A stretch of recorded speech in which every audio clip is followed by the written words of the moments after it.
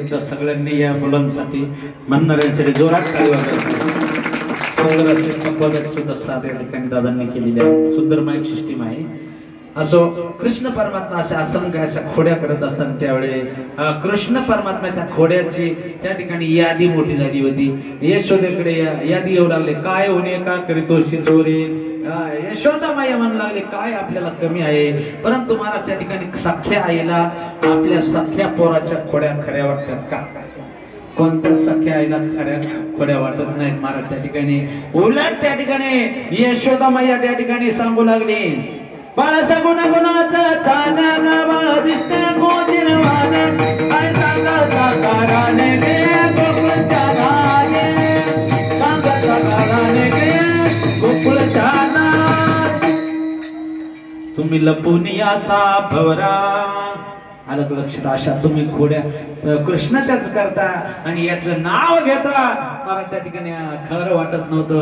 अशा असंख्य खोड्या मला त्या ठिकाणी गवळणीचा आल्याच्या नंतर मला त्या ठिकाणी यशोदा मैयाने 1 महिना मात्र त्या ठिकाणी कृष्णाला त्या ठिकाणी घरामध्ये ठेवलं. 1 महिनाभर देवाने खोडी केली नाही. परंतु पुन्हा म्हणला आपण ज्याच्यासाठी आलोय ते माणसाने केलं पाहिजे म्हणला त्या ठिकाणी. असं एका जागेवर बसून जमणार नाही म्हणला. घरामध्ये सुद्धा महाराज त्या ठिकाणी चतुर्थी दिवशी गणपती बाप्पाच मिळून घेतला महाराज त्या ठिकाणी. आता लक्षात आलं यशोदा मैयाचे की आता इथं ठेवून याचा उपयोग नाही. कृष्ण परमात्म्याला सुंदर असं सजवलं. मोराचा पिसारा महाराज त्या ठिकाणी मुकुट घातला महाराज त्या ठिकाणी. ऐका, मुकुट सिर मोर का मेरे चित्त चोर का नैन घनश्याम के कटिले है कटार दे. नैन घनश्याम के कटिले है कटार. असा कृष्ण परमात्मा कसा सजवला आहे का. छोटी छोटी गैया छोटे छोटे गाल, छोटी छोटी गैया छोटे छोटे गाल, छोटासा छोटासा छोटासा मारो मदन गोपाल. कृष्ण परमात्मा सजवला आहे का. असा सजवल्याच्या नंतर महाराज त्या ठिकाणी कृष्ण परमात्म्याला सांगितलंय का आता शाळेमध्ये जायचं. उद्या जाई राणा सबे घेऊन गोधना. आणि गोधना त्या ठिकाणी गायीच्या पाठीमाग महाराज त्या ठिकाणी कृष्ण परमात्मा जात असताना यशोदाने सांगितलं जवळचे खेळा जाऊ नका दोरी सांभाळा मुरारी प्राण माझा. कृष्ण परमात्मा गायीच्या पाठीमागे जातो आहे का. आगे आगे गैया पीछे पीछे गाय पीछे में मारो मदन गोपाल. घास खाए गैया दूध पिए ग्वाल मदन गोपाल. छोटी छोटी छोटी छोटी छोटी गैया छोटे छोटे ग्वाल छोटा सा मारो मदन गोपाल. छोटी छोटी गैया छोटे छोटे ग्वाल छोटा सा मारो मदन गोपाल. कृष्ण परमात्मा त्या ठिकाणी गायी राखण्यासाठी गेला. आणि गायी राखता राखता कृष्ण परमात्म्याने गायी जसं राखाव्या तसा आपला जो मुरली आहे मला त्या ठिकाणी काढायचा. आणि मुरली त्या ठिकाणी सुंदर असा वाजवायचा आहे का. मृदु मधुर मधुर वाजवितो वेणू सावळा नंदनो नंदाचा. सावळा नंदनो नंदाचा वाजवितो वेणू. तेने गोपिका वेदिया पात्र झाला ब्रह्मसुखा वाजवितो वेणू. मधुर मधुर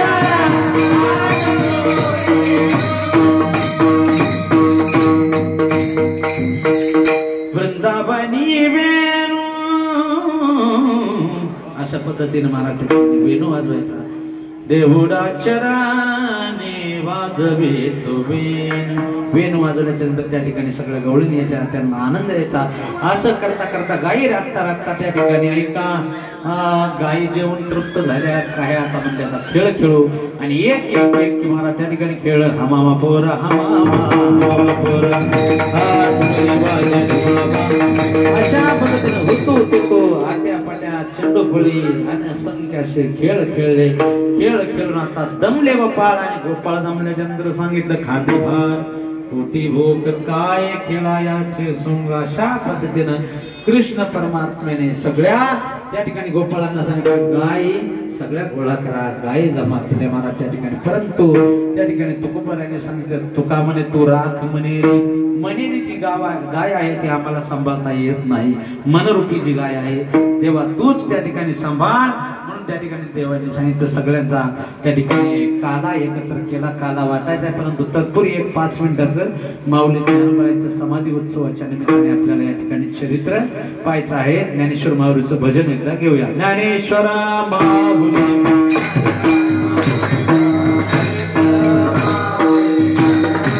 माऊली ज्ञानेश्वरा माऊली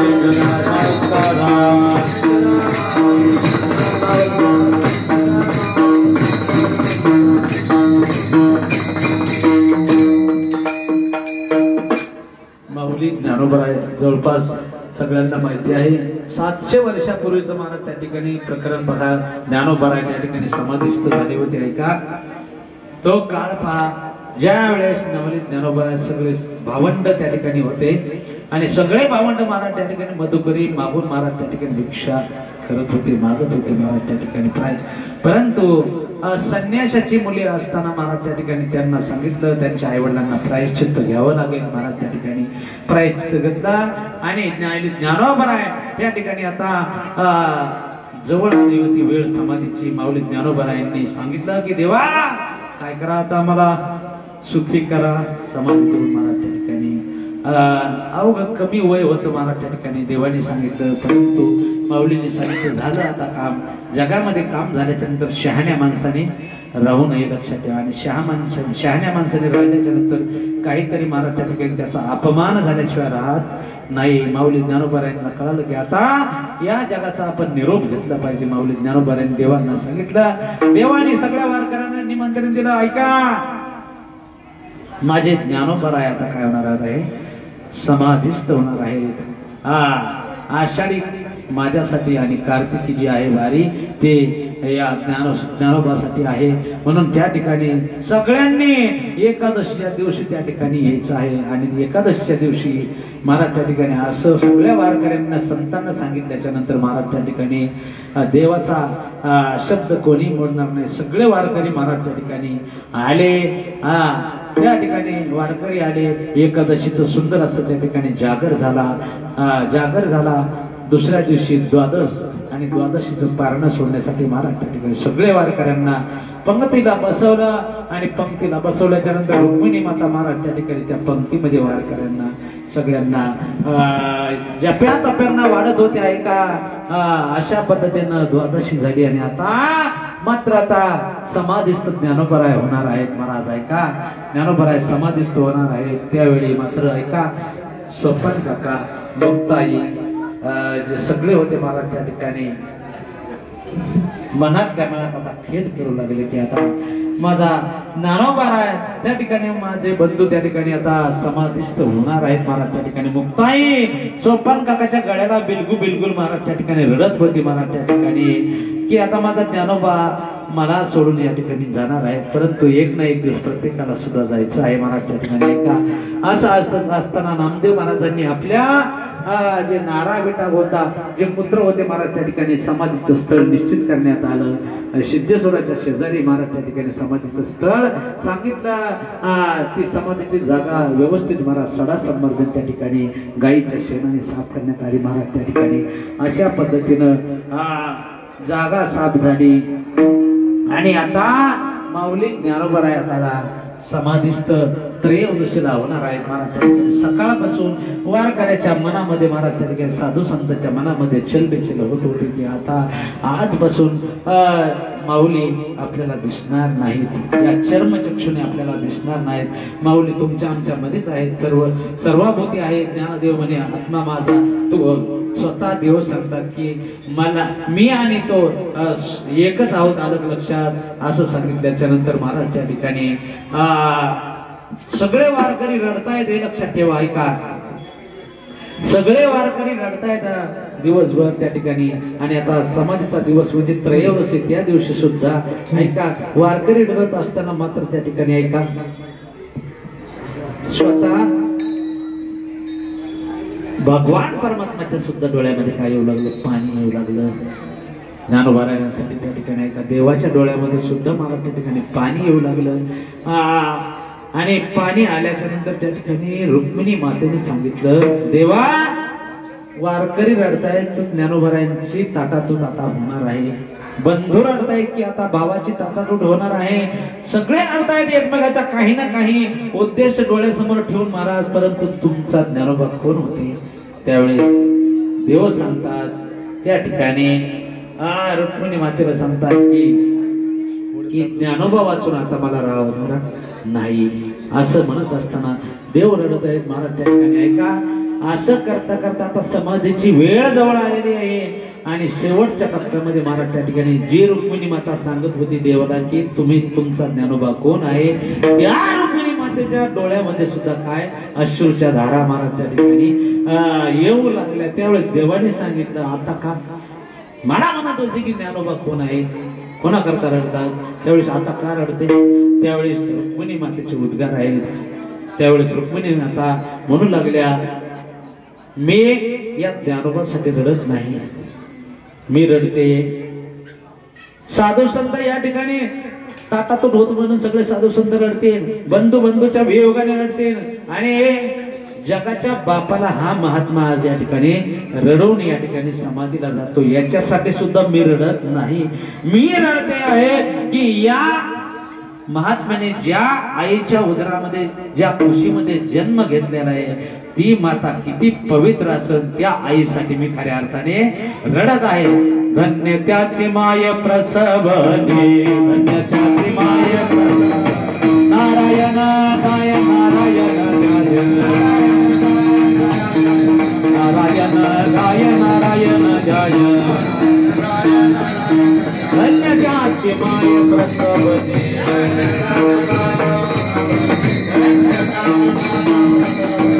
अशा पद्धतीने रुक्मिणी मातेने महाराज त्या ठिकाणी सांगितलं की त्याची त्या आईची कोस किती पवित्र असेल. 22व्या वर्षी हा महात्मा या जगाचा निरोप घेतोय, जगाच्या बापाला रडतोय, जगातल्या सगळ्यांना रडतोय. ती आई किती पवित्र असेल. खऱ्या अर्थाने त्या ठिकाणी तुमचं आमचं सुद्धा या ठिकाणी तुम्ही आम्ही सुद्धा जन्माला आल्याच्या नंतर तुम्ही आम्ही सुद्धा भाग्य मानलं पाहिजे की या साधू संतांच्या नंतर तुम्हाला मला सुद्धा हा जन्म प्राप्त झाला आहे. संतांची कीर्ती कानाने ऐकली जाते, साधूंची. असो अशा पद्धतीनं समाधीचा ते वेळ जवळ आली आहे. आणि त्यावेळी मात्र त्या ठिकाणी ऐका, देव निवृत्तीयाने धरले दोन्ही कर, जातो ज्ञानेश्वर बैसा बजा. अशा पद्धतीने महाराज त्या ठिकाणी ऐका देवानी आणि निवृत्तीनाथ दादानी महाराज त्या ठिकाणी दोन्हीकडे धरलेला आहे.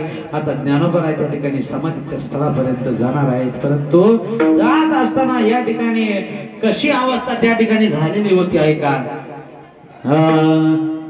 नदीची आमाशा घातले माझवन, नदीची आमाशा घातले माझवन, तैसे जनबाना काल बिने, तैसे जनबाना काल बने, मागल्या पिढीचा तुझला श्रिया तोन राधा मुरड रस तोन राधा मुरड रस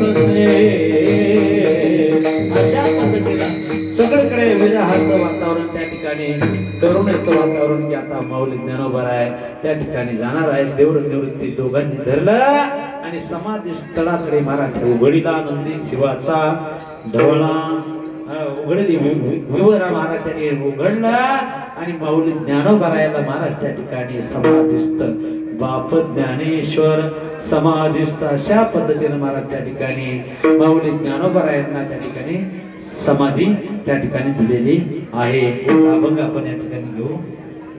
महाराज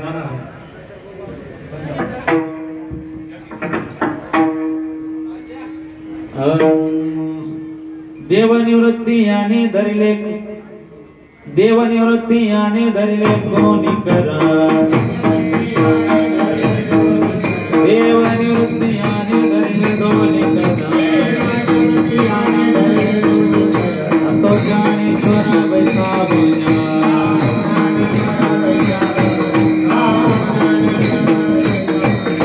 नाम म्हणे आता लोकला दिन करा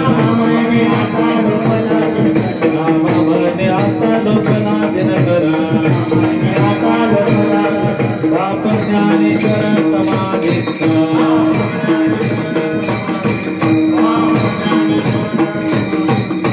पुष्करी कवरदार विठ्ठल श्री ज्ञानदेव तुकाराम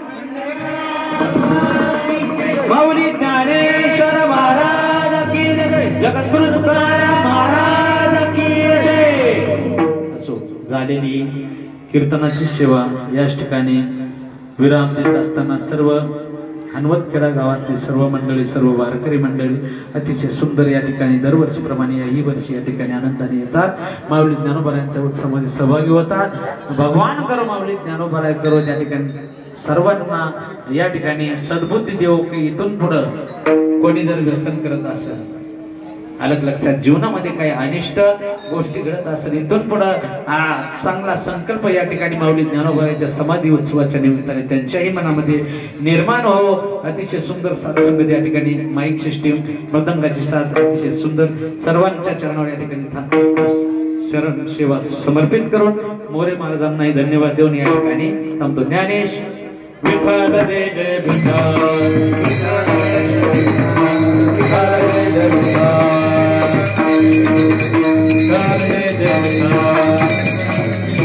जिनके लाभिए ने दुनी हो तो